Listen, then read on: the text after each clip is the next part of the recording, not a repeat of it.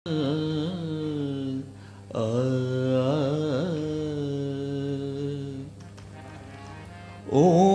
अग्ने नयसुपुथाराय अस्मान् विश्वानि देवयुनानि विद्वान् युयोध्यस्मज्जुहुराणिमेनो भूयिष्ठान्ते न मे उक्तिं दिधेमे।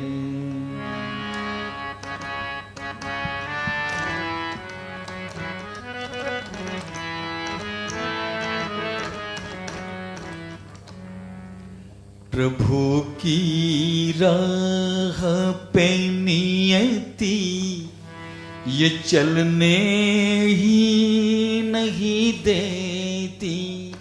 प्रभु की राह पे नियति ये चलने ही नहीं देती।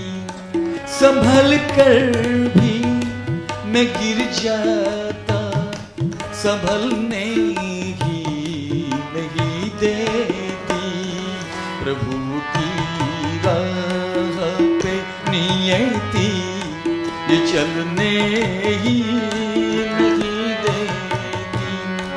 संभल कर भी मैं गिर जाता, संभलने ही नहीं देती। प्रभु की राह पे नियति ये चलने ही नहीं देती।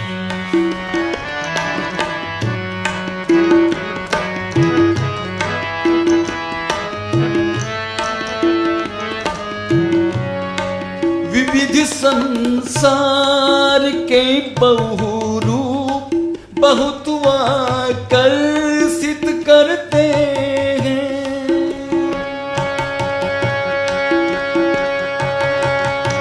विविध संसार के बहुरूप बहुत आकर्षित करते हैं।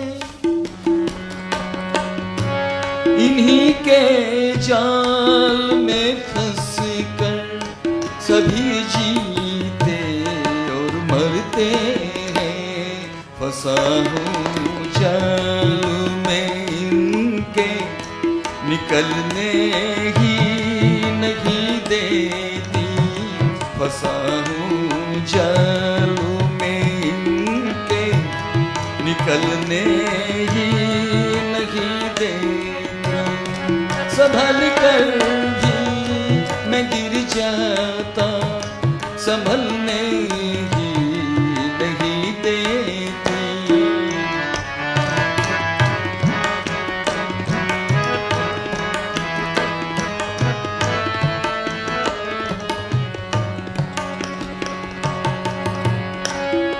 फंसा हूँ वैसी उलझन में नहीं जिसको समझ पाता। फंसा हूँ वैसी उलझन में नहीं जिसको समझ पाता। कि उलझन सुलझती है तो दूजी में उलझ जाता। मेरे जीवन की उलझन सुलझने ही नहीं देती। मेरे जीवन की उलझन सुलझने ही नहीं देती। संभल कर भी मैं गिर जाता, संभलने ही नहीं देती।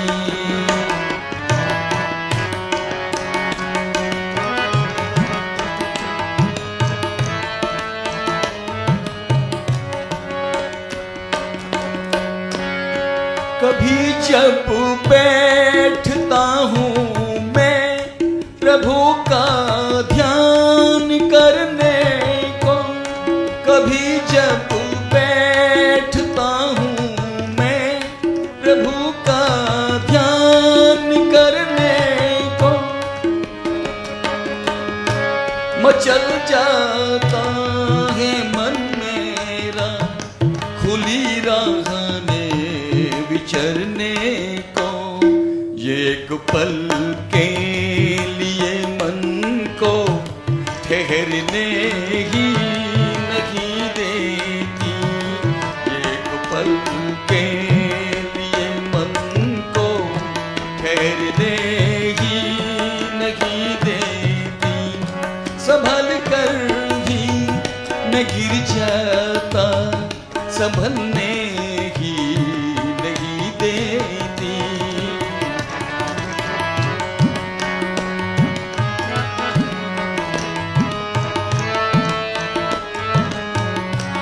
घिरा हूँ ऐसा कृष्ण तत्व अविद्या की घटाओं में, घिरा हूँ ऐसा कृष्ण तत्व अविद्या की घटाओं में, भटकता फिरता रहता हूँ अंधेरी सी राहों में। उभरते चांद को बदली उभरने ही नहीं देती। उभरते चांद को बदली उभरने ही नहीं देती। संभल कर भी मैं गिर जाता, संभलने ही नहीं देती। प्रभु की राह पे नियति ये चलने ही नहीं देती।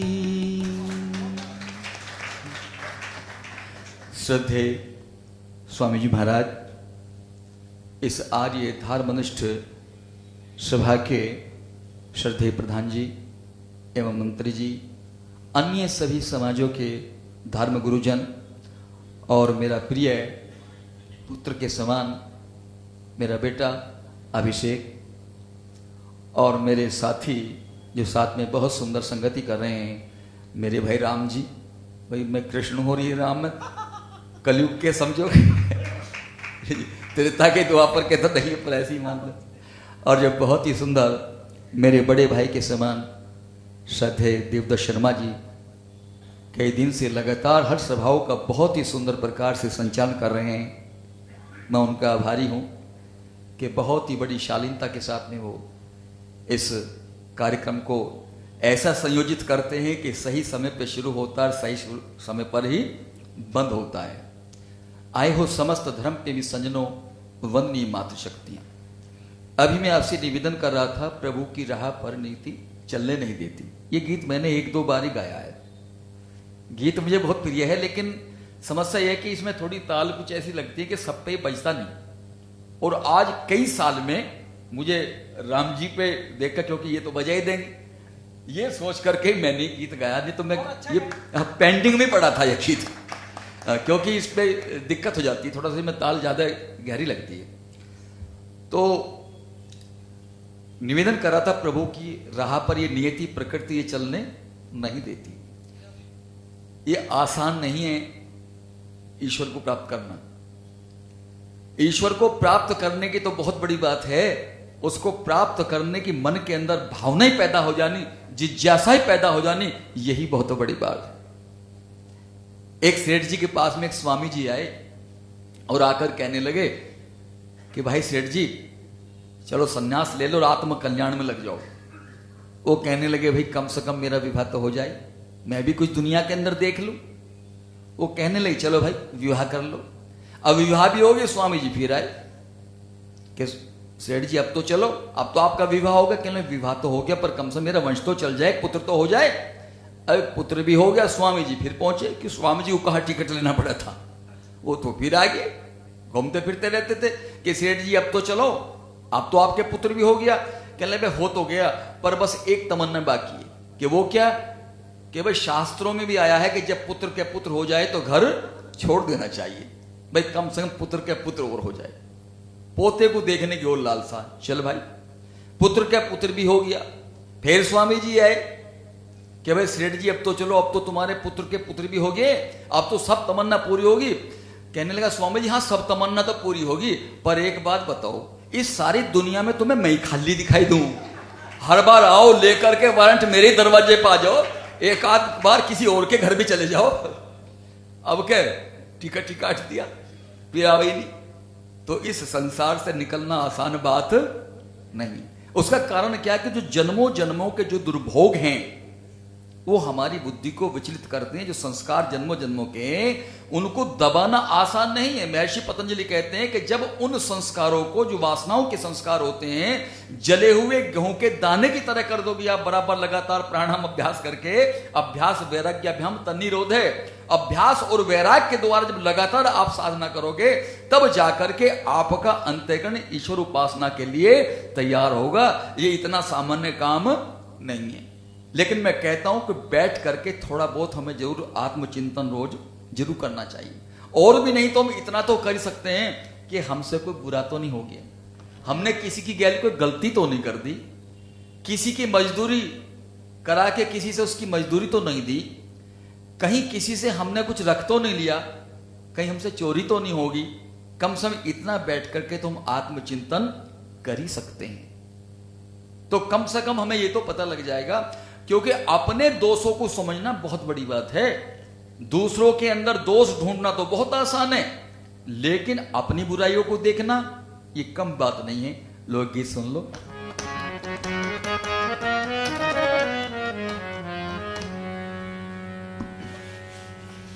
संध्या में बैठ कर, संध्या में बैठ आत्म मंथन तो कीजिए, संध्या में बैठ आत्म मंथन तो कीजिए, क्षण भर को जरा बैठ के चिंतन तो कीजिए, क्षण भर को जरा बैठ के चिंतन तो कीजिए।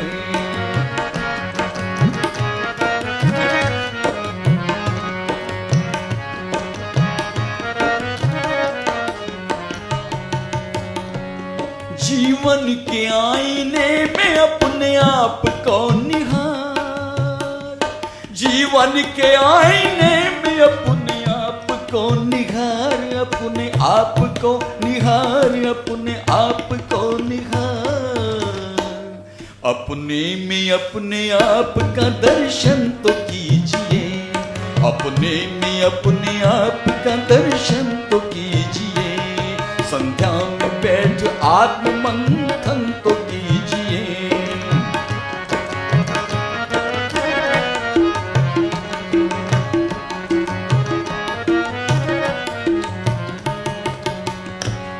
दामन पे तेरे देख ले कितने लगे हैं दाग, दामन पे तेरे देख ले कितने लगे हैं दाग, कितने लगे हैं दाग, कितने लगे हैं दाग, अपने में अपने आप आकलन तो कीजिए, अपने ही आप इसका आकलन तो कीजिए, क्षण भर को जरा बैठ के चिंतन तो कीजिए।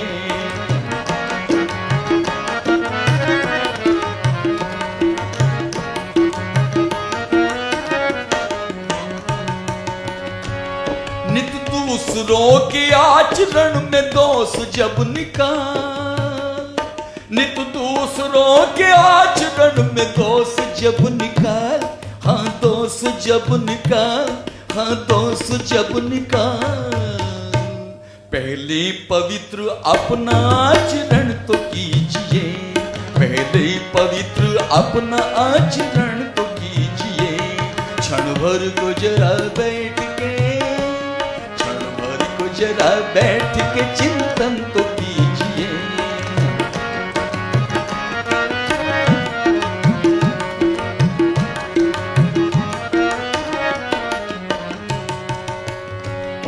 विषधर के विषधरों का न जब ही पड़े प्रभाव, विषधर के विषयों के विषधरों का न जब ही पड़े प्रभाव, जब ही पड़े प्रभाव, न जब ही पड़े प्रभाव, पहले इस अपने वृक्ष को चंदन तो कीजिए, पहले इस अपने वृक्ष को चंदन तो कीजिए, क्षण भर को जरा बैठ के चिंतन तो कीजिए।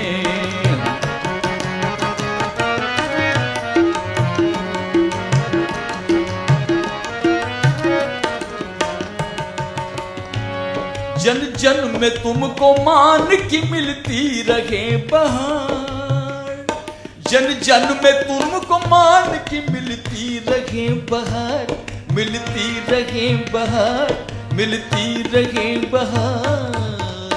पहले इस अपने मान का मर्दन तो कीजिए, पहले इस अपने मान का मर्दन तो कीजिए, क्षण भर को जरा बैठ के चिंतन तो कीजिए।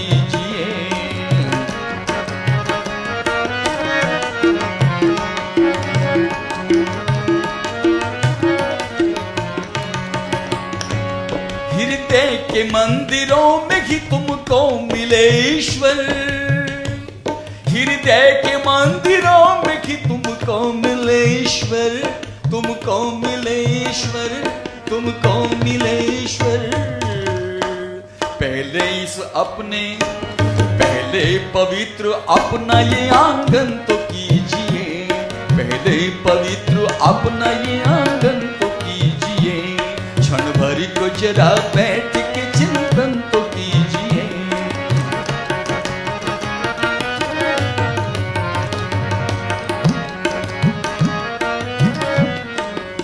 और अंत में, नादान ईश्वर का तुमको जब मिलेगा प्यार, नादान ईश्वर का तुमको जब मिलेगा प्यार, हाँ जब मिलेगा प्यार, हाँ जब मिलेगा प्यार। पहले उसे तू अपना समर्पण तो कीजिए, पहले उसे तू अपना समर्पण तो कीजिए, क्षण भर को जरा बैठ के चिंतन तो कीजिए, क्षण भर को जरा बैठ के चिंतन तो कीजिए, संध्या में बैठ आत्ममंथन तो कीजिए। नित्य प्रति जब हम ईश्वर की उपासना करेंगे तो ईश्वर जो है वो हमारे हमें आत्मा का बल प्रदान करेंगे। देखिए, संसार में दुखी वो भी होते हैं जो ईश्वर की उपासना नहीं करते, और संसार में दुखी वो भी होते हैं जो ईश्वर की उपासना करते हैं। अब आप कहोगे फिर अंतर क्या होगा? जब वे भी दुखी होते हैं और वो भी दुखी आते हैं, दोनों को जीवन में दुख आते हैं, फिर अंतर क्या है? अंतर दोनों के भोगने का है। जो ईश्वर उपासक के जीवन में जब दुख आते हैं तो उनको सहर्ष भोगता, उसको कष्ट नहीं होता, क्योंकि ईश्वर उपासना से उसके अंदर आत्मिक बल बढ़ता है, सामर्थ्य बढ़ता है। और जो ईश्वर उपासक नहीं होता है वह उस दुखों से विचलित होता है, लालू जी की तरह। कोई धन की कमी उसके पास में, पर यदि आप उसकी नवज पकड़ कर देखोगे तो क्या हालत? क्यों कि सारी जीवन भरी राजनीति इन्होंने इस प्रकार की है। अपने इतिहास को नहीं देखा कि हमारे साथ कितना घात हुआ है। एक बात भाजपा की मजाक उड़ाया करते थे, वैसे मैं किसी पार्टी का प्रचारक नहीं हूं, कि वे सौगंध राम की खाते हैं, हम मंदिर वहीं बनाएंगे पर तारीख नहीं बताएंगे।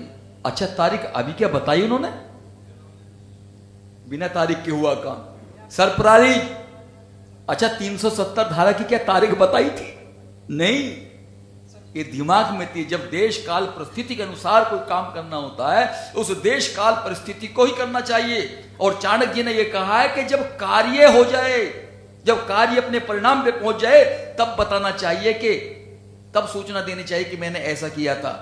और जो हमने पहली सूचना दे दी वो तो पोल खुल जाएगी, गलती हो जाएगी। ये कुछ गोपनीय बातें होती हैं।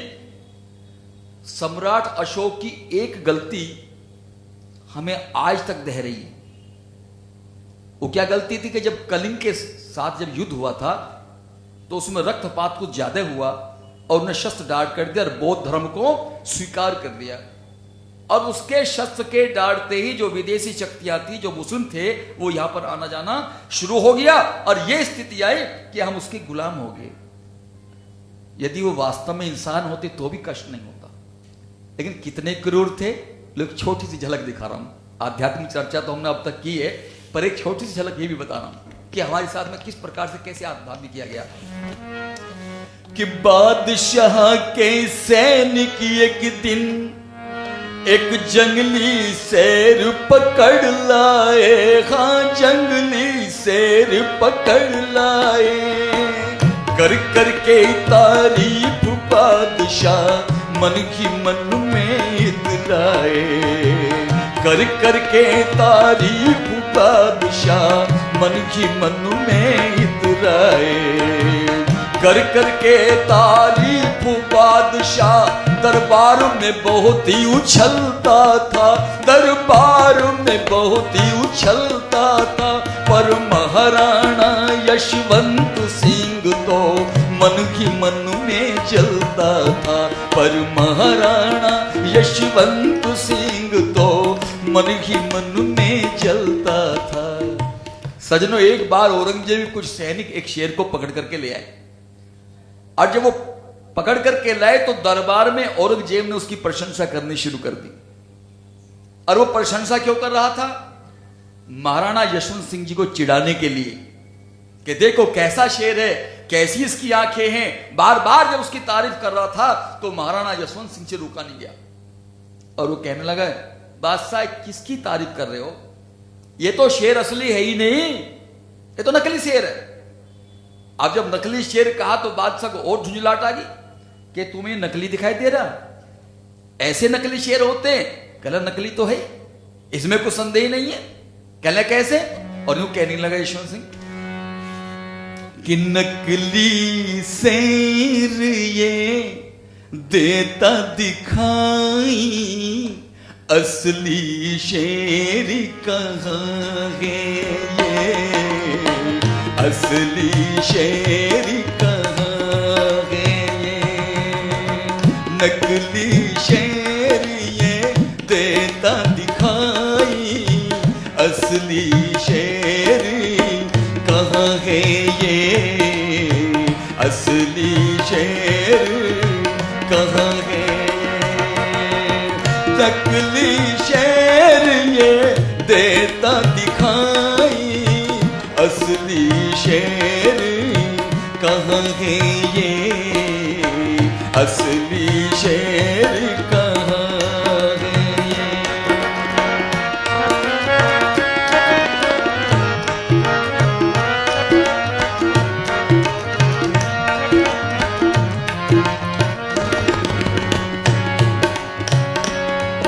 ओ नकली है ये शेर तुम्हारा, आँख में इसके तेज नहीं, नकली है ये शेर तुम्हारा, आँख में इसके तेज नहीं, इसीलिए पकड़े जाने पर इसको हुआ परहेज नहीं, इसमें दमखम लगता है, तुमको झूठा भ्रम लगता है, नहीं इसमें दमखम लगता है, तुमको झूठा भ्रम लगता है, चेहरे पे छाई मुर्दाई, असली शेर कहाँ है ये, असली शेर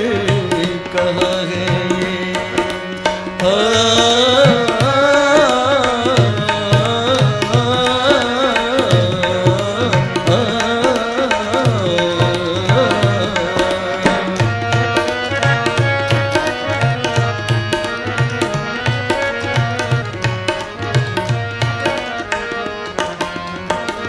और क्या कहा?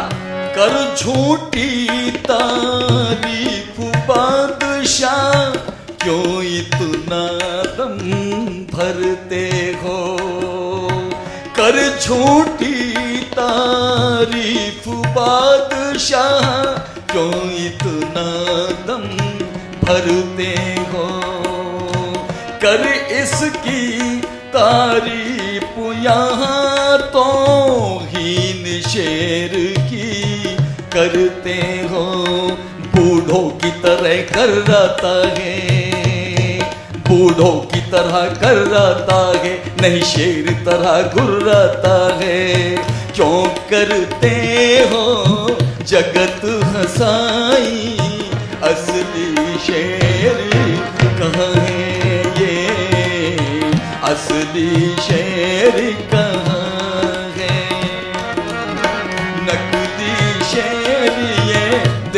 देता दिखाई, असली शेर कहाँ गए।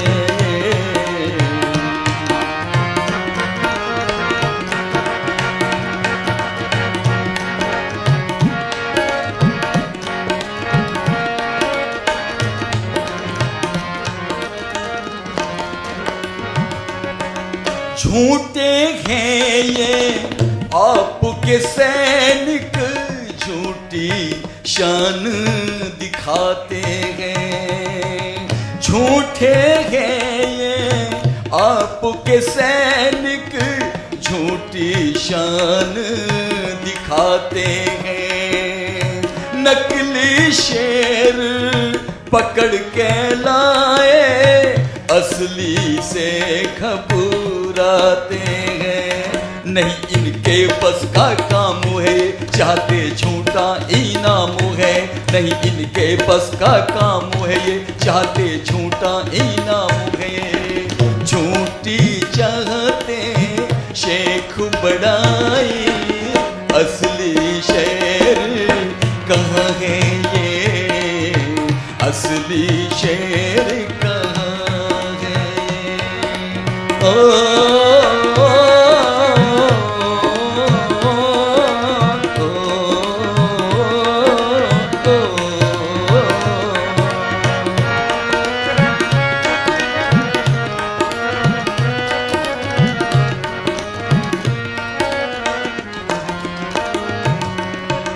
असली शेर के पास हमारे, जो एक बरिया जाएगा। असली शेर के पास हमारे, जो एक बरिया जाएगा। उसके आगे ये शेर तुम्हारा आंखें नहीं मिलाएगा। जो इसके ऊपर वार करे, कुश्ती को आर पार करे। जो इसके ऊपर वार करे, कुश्ती को आर पार करे। कृष्ण दत्त फिर खुल जाए कलाई, असली शेर कहाँ है, असली शेर कहाँ है।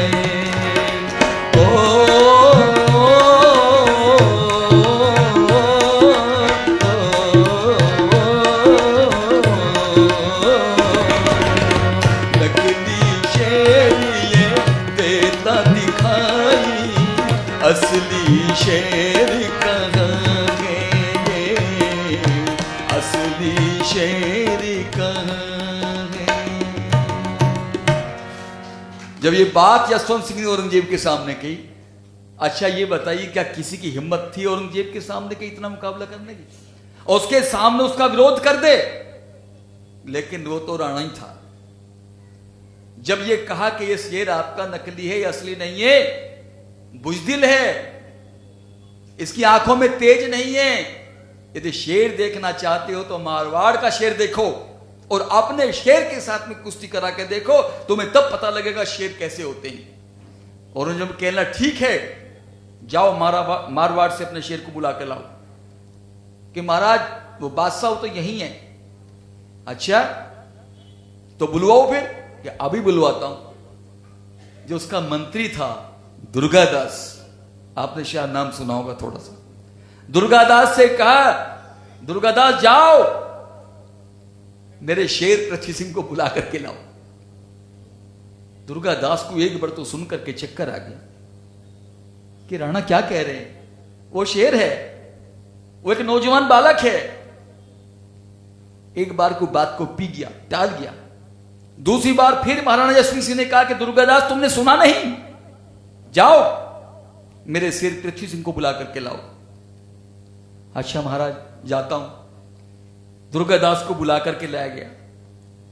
यह था वो नौजवान लड़का, ज्यादा उम्र नहीं थी उसकी, 18-20 वर्ष।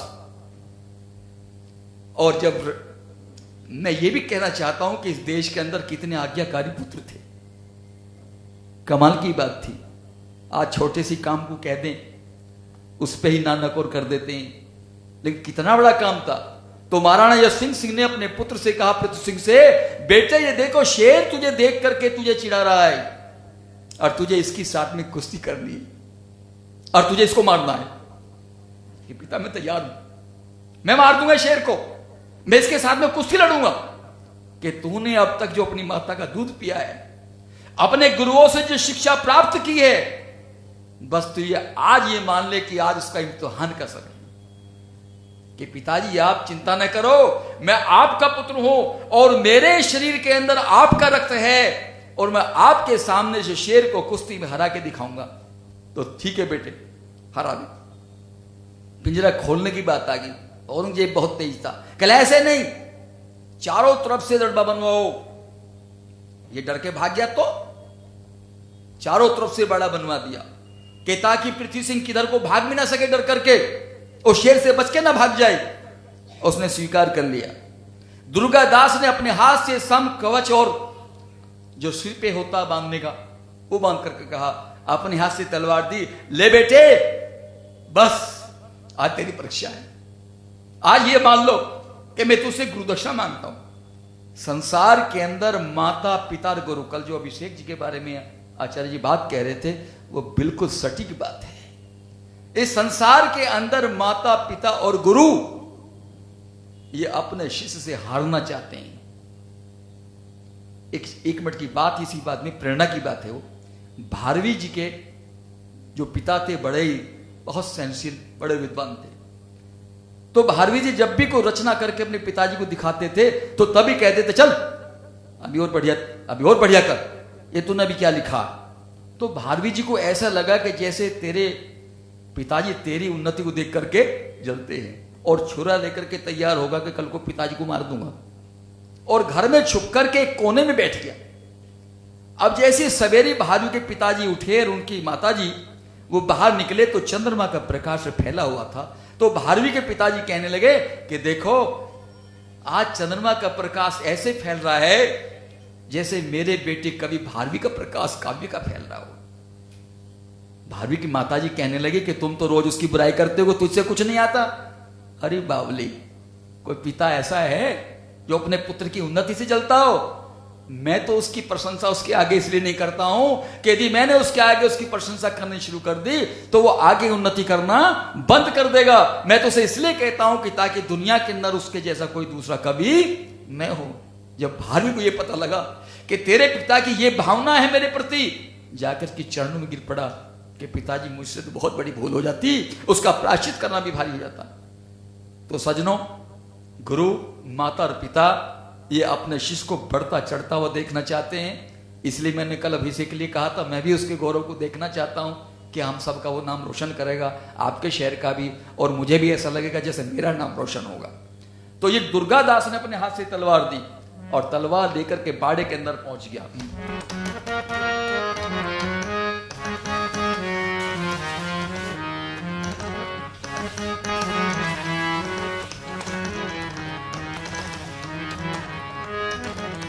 बहुत पुरानी तर्ज है, पता नहीं कहा, मैंने भी रेडियो में तो कभी सुनी थी, पर बस ऐसी सुनी, क्योंकि वीर रस में तर्ज बहुत दूर से ढूंढनी पड़ती है।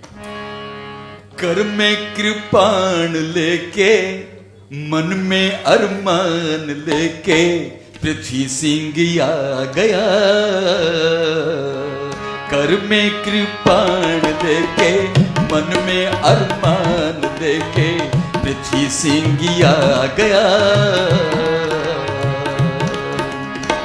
बादशाह के शेर संग करने को आया जंग, बादशाह के शेर संग करने को आया जंग, जोश तन में छा गया।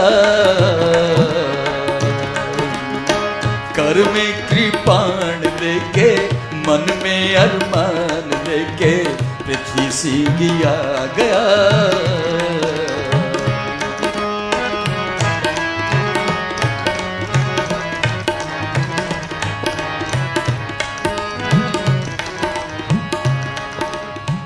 बजा था नगारा जैसे, बजा जैसे ढोल दिया, बजा था नगारा जैसे, बजा जैसे ढोल दिया।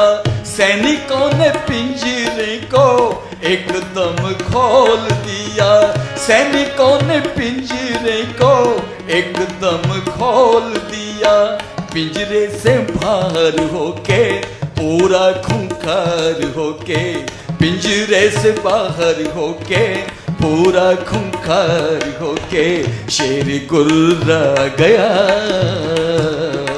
कर में कृपाण लेके मन में अरमान लेके पृथ्वी सिंगिया गया।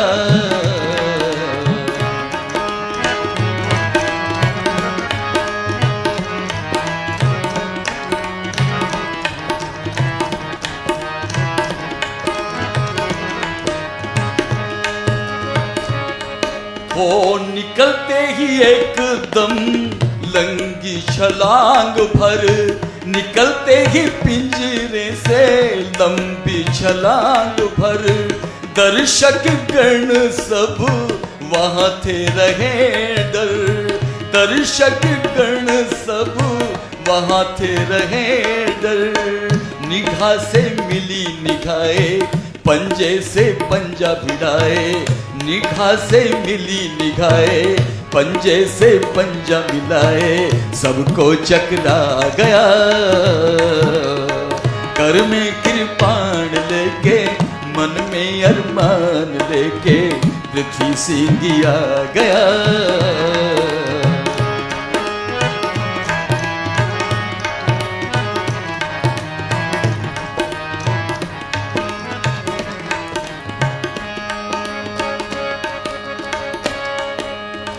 एकदम से शेर ने हमले को बोल दिया, एकदम से शेर ने हमले को बोल दिया। देख करके पृथ्वी सिंह का खून वहां खोल गया, देख करके पृथ्वी सिंह का खून वहां खोल गया। ओ पृथ्वी सिंह तैयार होके एकदम होशियार होके वार को बचा गया। कर में कृपाण लेके मन में अरमान लेके पृथ्वी सिंगिया गया।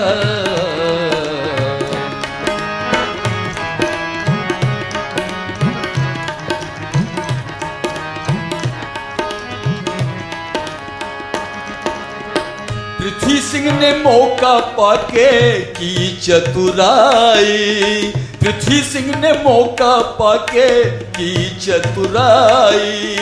शेर की आंखों में तेग घुसाई, शेर की आंखों में तेग घुसाई। डाला था ऐसा फंदा शेर को किया था अंधा, डाला था ऐसा फंदा शेर को किया था अंधा। लहू को बहा गया। कर में कृपाण लेके मन में अरमान लेके, कर में कृपाण लेके मन में अरमान लेके पृथ्वी सिंगिया गया।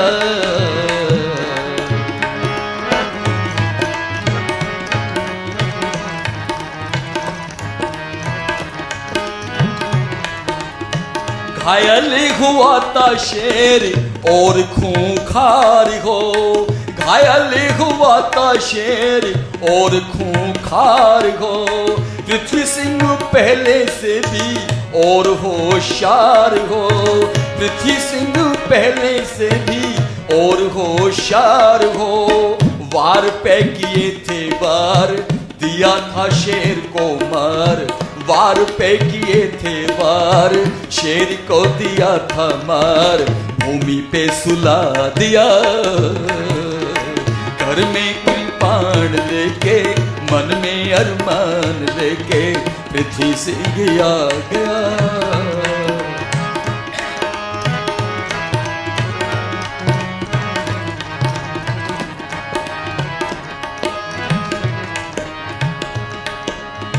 देख करके बादशाह हुआ हैरान वहां, देख करके बादशाह हुआ हैरान वहां।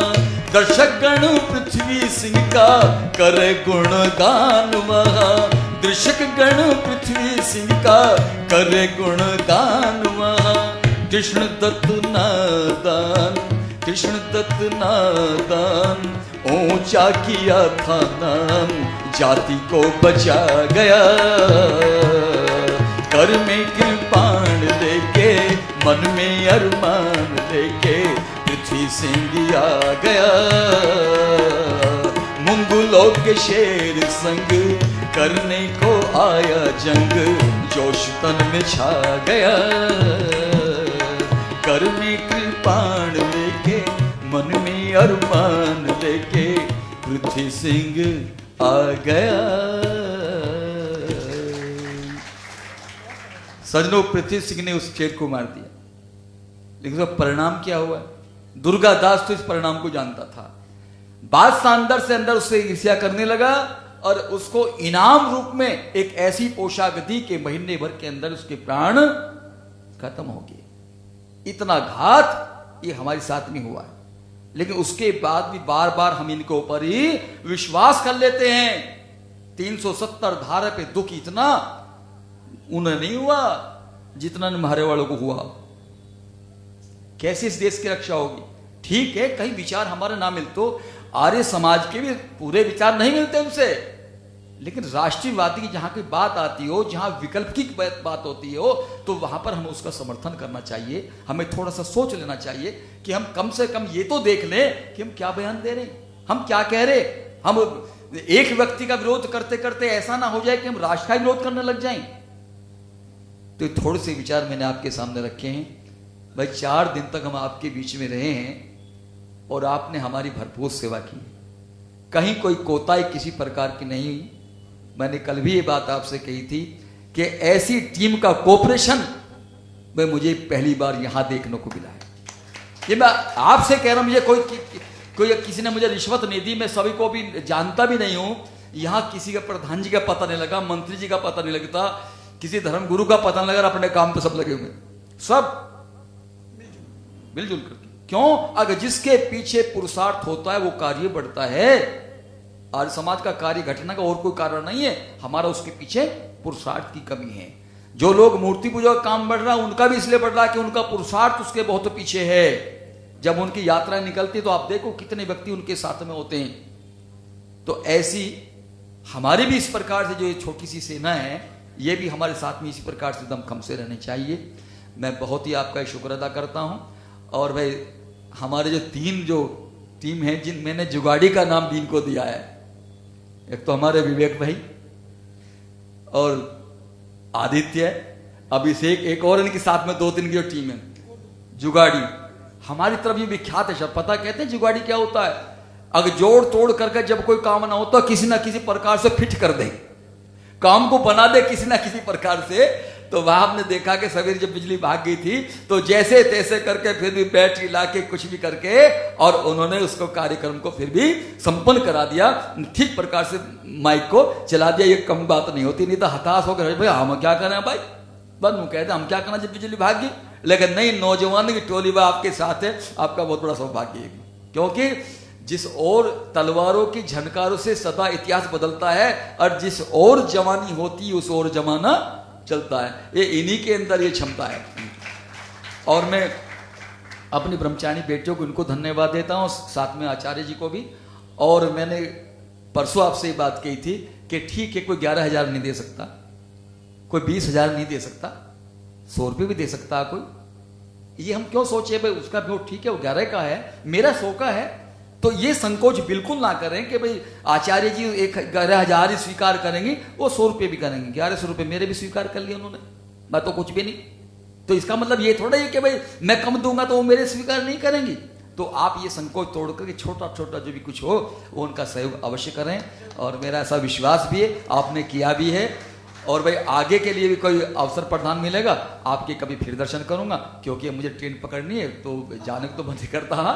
तो 4 दिन तक जो भी कुछ संभव हो चुका है उसमें मैंने कोई कंजूस नहीं किए, कि नए धन अदान, अदान कहते हैं कंजूस को, नए माने नहीं, जो कंजूस ना हो।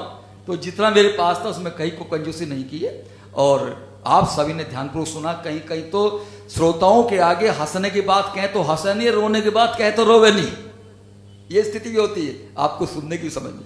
और मैं शर्मा जी की इस वास्तव में टीम को कि आपने इनको बिल्कुल ऐसी ट्रेनिंग दे रखी है कि बिल्कुल ठीक बैठ के बड़े अनुशासित ढंग से सुनते हैं। आप सभी को नमस्ते, आप सभी को प्रणाम। ओम ओम, बहुत बहुत धन्यवाद कृष्णदत्त जी नारायण। वास्तव में बड़ा सुंदर सौभाग्य, और 4 दिन का 9 तारीख से 12 तारीख का समय परमपिता परमात्मा की अपार कृपा से बहुत निर्विघ्नता से संपन्न हुआ। यज्ञ भी और सायंकालीन सत्संग भी।